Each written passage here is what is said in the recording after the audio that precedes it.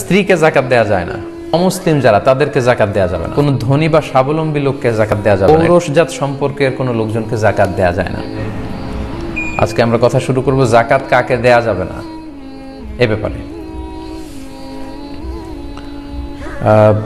যাদেরকে জাকাত দেওয়া যাবে না তাদের প্রথম যাদেরকে বা যেই খাতে জাকাত দেওয়া যাবে না তারা হচ্ছে বানু হাশেম বা হাশিমি খানদানের যারা, অর্থাৎ আল্লাহ রাসূল সাল্লাল্লাহু আলাইহি ওয়াসাল্লামের বংশের যারা আছেন তাদেরকে জাকাত দেওয়া যায় না। আল্লাহ রাসূল সাল্লাল্লাহু আলাইহি ওয়াসাল্লামের সাথে যেহেতু ওনাদের নিসবাত আছে, সম্পর্ক আছে, এবং আল্লাহ রাসূল সাল্লাল্লাহু আলাইহি ওয়াসাল্লাম অনেক সম্মানিত, এজন্য তাদেরকে জাকাত দেওয়া যায় না। সহিহ মুসলিমে একটি হাদিস এসেছে যেখানে আল্লাহ রাসূল সাল্লাল্লাহু আলাইহি ওয়াসাল্লাম ইরশাদ করেছেন, ইন্না সাদাকাতা লা তামবাগি লি আলি মুহাম্মদ, মুহাম্মদ সাল্লাল্লাহু আলাইহি ওয়াসাল্লামের বংশের কারোর জন্য জাকাত গ্রহণ করা বা জাকাত খাওয়া এটা শোভনীয় নয়, এটা উচিত নয়, তারা জাকাত খেতে পারবে না। কারণ ইন্নামা হিয়া আওসাখুন নাস, এটা হচ্ছে মানুষের সম্পদের মধ্যে যে অপবিত্র জিনিস আছে বা ময়লা আছে, সম্পদের ময়লা বলা যায়, যেহেতু সম্পদকে পিউরিফাই করার জন্য এই জাকাতকে ফরজ করা হয়েছে। সো এই জাতীয় জিনিস আলে মুহাম্মদ সাল্লাল্লাহু আলাইহি ওয়াসাল্লামের পরিবার বা বংশের অন্তর্ভুক্ত যারা হবে তাদের জন্য আল্লাহ তাআলা এটাকে হালাল করেননি, তাহলে ওনাদেরকে জাকাত দেওয়া যাবে না।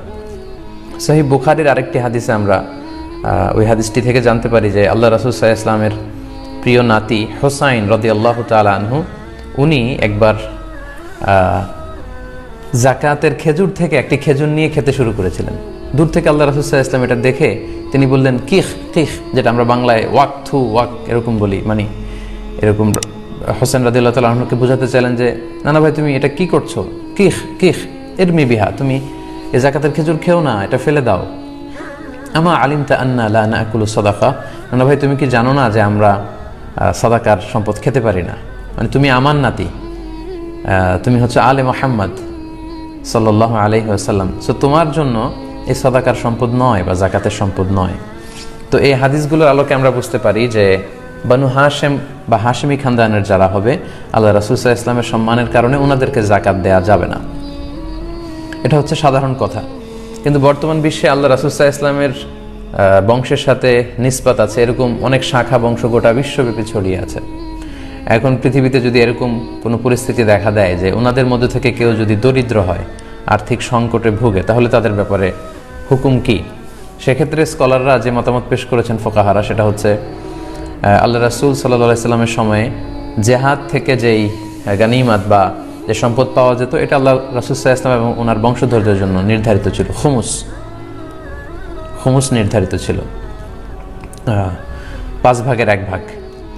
তো সেটা তো এখন নেই, এখন আমাদের সেন্ট্রাল লিডারশিপ নেই, আমাদের নেতৃত্ব দেওয়ার কেউ নেই, তো এখন এই খুমুসের বিধান নেই। তো সেক্ষেত্রে মুসলিম যে গভর্নমেন্ট আছে তারা আল্লাহ রাসূল সাল্লাল্লাহু আলাইহি ওয়াসাল্লামের বংশধর যারা আছে তাদের মধ্যে থেকে কেউ যদি আর্থিক দৈন্যতায় থাকে তাদেরকে সহযোগিতা করার চেষ্টা করবে, তাদেরকে সাপোর্ট করার চেষ্টা করবে, তাদেরকে ভাতা দেওয়ার চেষ্টা করবে। এখন এরকম ব্যবস্থাও যদি না থাকে, খুমুস নাই, ভাতা দেওয়ারও সুযোগ নাই, সেক্ষেত্রে অনেক ফোকাহারা বলেছে এরকম বিশেষ পরিস্থিতি যদি হয় তাহলে তাদেরকেও জাকাতের অর্থ দিয়ে সহযোগিতা করা যেতে পারে।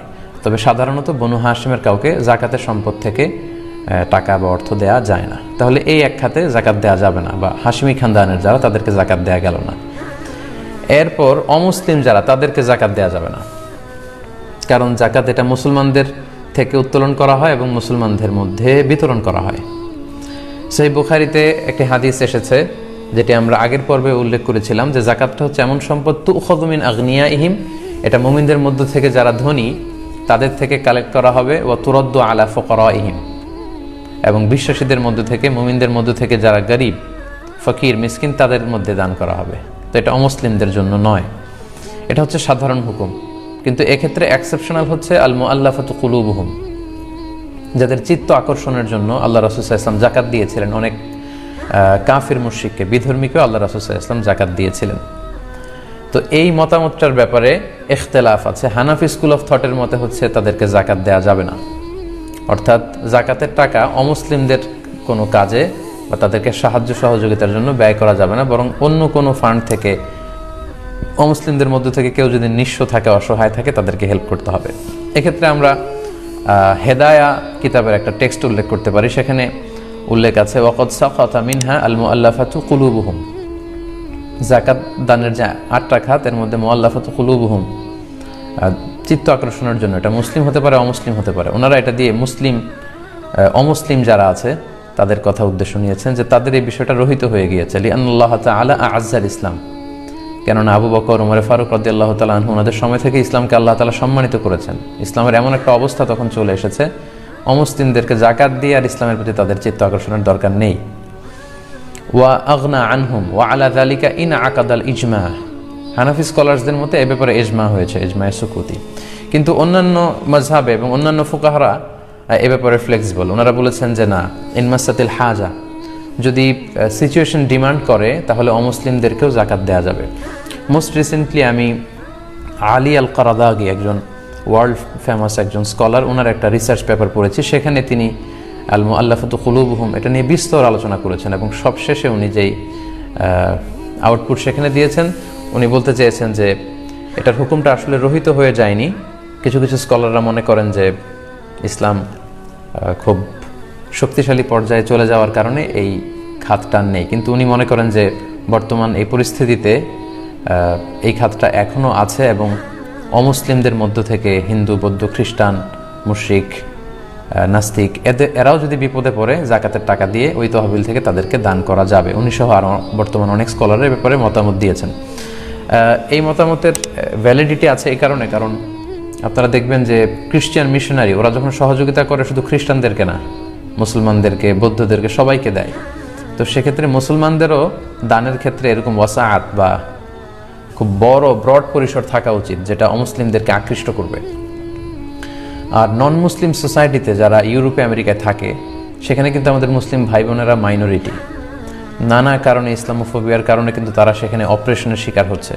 সো আমাদের মুসলিম এনজিওগুলো যখন জাকাতের টাকা থেকে অমুসলিমদেরকে সহযোগিতা করে, তখন মুসলমানদের একটা ভালো সোশ্যাল অবস্থান সেখানে তৈরি হয়, ফলে তাদের উপর যে অত্যাচার বা তাদের ব্যাপারে যে ভুল ধারণা এগুলো কমতে শুরু করে। সো এগুলোর আলোকে বর্তমান অনেক মডার্ন স্কলাররা বা ফোকাহারা ওনারা বলেছেন যে এই হুকুমটি একেবারে রহিত হয়ে যায়নি, যদি প্রয়োজন হয় তাহলে সেখান থেকে নন মুসলিমদেরকেও চ্যারিটি করা যেতে পারে জাকাত থেকে। তাহলে দুটি খাত আমরা জানলাম। 3 নাম্বার হচ্ছে কোনো ধনী বা স্বাবলম্বী লোককে জাকাত দেওয়া যাবে না। এটা তো সিম্পলি আমাদের আকল খাটিয়ে আমরা বুঝতে পারি যে জাকাত হচ্ছে গরিবদের হক, এটা ধনীরা কেন পাবে, স্বাবলম্বীরা কেন পাবে, তাদেরকে, ধনীদের জন্য এটা নয়, এটা গরিবদের জন্য। তবে এই ক্ষেত্রে কয়েকটা এক্সেপশন আছে, যেমন আমিলিনা আলাইহা, আমরা গত পর্বে বলেছিলাম যে যারা জাকাত ফাউন্ডেশনে জব করবে বা ইসলামিক জাকাত বোর্ডে যারা চাকরি করবে তাদের স্যালারিটা জাকাত থেকে দেয়া যাবে, যদিও তারা পার্সোনালি ধনী হয়।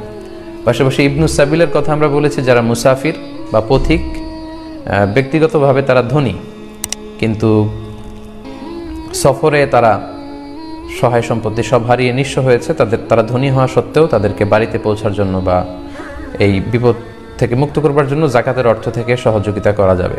তাহলে 3টা খাত আমরা জানলাম যাদেরকে জাকাতের টাকা দেয়া যায় না। 4 নাম্বার হচ্ছে ঔরসজাত সম্পর্কের কোনো লোকজনকে জাকাত দেয়া যায় না। অর্থাৎ আমি যার ঔরস থেকে জন্মেছি কিংবা আমার ঔরস থেকে যারা জন্মেছে তাদের কাউকেই জাকাত দেওয়া যাবে না। যেমন আমি জন্মেছি আমার বাবার ঔরস থেকে, বাবা মার মাধ্যমে পৃথিবীতে এসেছি, তাহলে বাবা এবং মাকে জাকাত দেওয়া যাবে না। তার উপরে যদি যাই দাদা দাদি, এদেরকে দেওয়া যাবে না, দাদা দাদা এদেরকে দেওয়া যাবে না, ওয়াইন আলা, যত উপরে যাওয়া যায় এদেরকে জাকাত দেওয়া যাবে না। আবার আমার ঔরস থেকে যারা জন্মেছে, যেমন আমার ছেলে, আমার মেয়ে, তাদেরকে আমি জাকাত দিতে পারবো না। কিংবা ছেলের ছেলে, মেয়ের মেয়ে, আমার নাতি নাতনি, তার নাতি নাতনি, যত নিচের দিকে যাক তাদেরকে কিন্তু আমরা জাকাত দিতে পারবো না। তাহলে 4 নম্বর খাতে আমরা জানলাম যে ঔরসজাত সম্পর্ক যদি আমাদের থেকে থাকে, ওই সম্পর্কের আত্মীয়দেরকে, বাবা মা, দাদা দাদি, ছেলে মেয়ে, নাতি নাতনি, তাদেরকে আমরা জাকাত দিতে পারবো না। 5 নম্বর হচ্ছে স্ত্রীকে জাকাত দেওয়া যায় না। কথাটা শুনতে একটু হাস্যকর মনে হলো, স্বামী কিন্তু তার স্ত্রীকে কখনোই জাকাত দিতে পারবে না, কারণ স্ত্রীর ভরণ পোষণ খরচ এগুলো বহন করা কিন্তু স্বামীর উপর আবশ্যক, তাই স্ত্রীকে জাকাত দেয়া যাবে না। এই 5 শ্রেণীর লোককে সাধারণত জাকাত দেয়া যায় না। তাহলে আমরা জানলাম যে কাদেরকে জাকাত দেয়া যাবে না, এই 5 শ্রেণীর লোককে যে জাকাত দেয়া যায় না, এটি আজকে আমরা জানলাম।